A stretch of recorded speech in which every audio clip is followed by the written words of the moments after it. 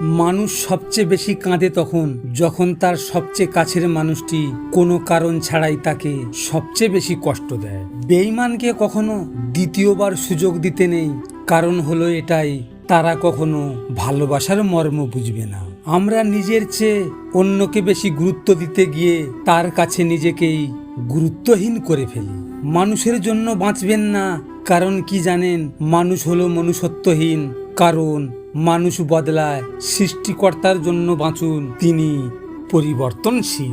আমার একটা কথা মনে রাখবেন, জীবনে এত মায়া করলে চলবে না। খুব প্রিয় জিনিসকেও ছুঁড়ে ফেলার সাহস থাকতে হয়। কাউকে যদি সত্যি ভালোবাসো, তাহলে হাজার ব্যস্ততার মাঝেও তাকে একটু সময় দিও। হয়তো তোমার একটু সময়ের জন্য সব সময় সে অপেক্ষা করে বসে থাকে। খুব পছন্দের মানুষেও নানান কারণে মন থেকে উঠে যায়, এমন ভাবে উঠে যায় সে মানুষটা আমার পছন্দের মানুষ ছিল, এটা ভাবতেও বিরক্ত লাগে। ভালোবাসাই যদি ভালো থাকা কেড়ে নিয়ে রোজ রাতে ভেজায় চোখ, তাহলে এমন ভালোবাসা কখনো কারো না হোক।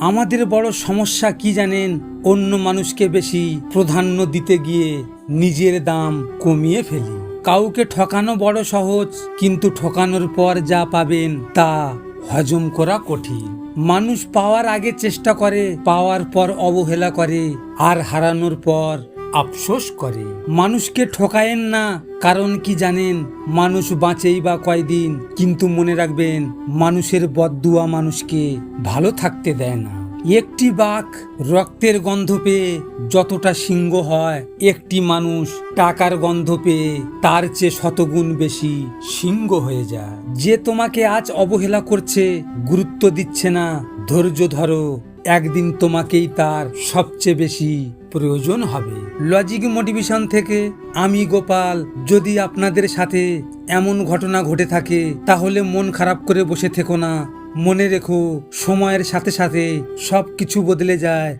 ভিডিওটি শেয়ার করো তোমার প্রিয় মানুষের সাথে, অথবা যে তোমার ভালোবাসাকে অবহেলা করেছে তার সাথে। হয়তো তুমি এই কথাগুলো তার সামনে বলতে পারবে না, তাই এই ভিডিওটির মাধ্যমে তুমি তোমার মনের কথাগুলো তাকে জানিয়ে দাও। সব শেষে তোমরা ভালো থেকো, নিজের খেয়াল রেখো। ধন্যবাদ।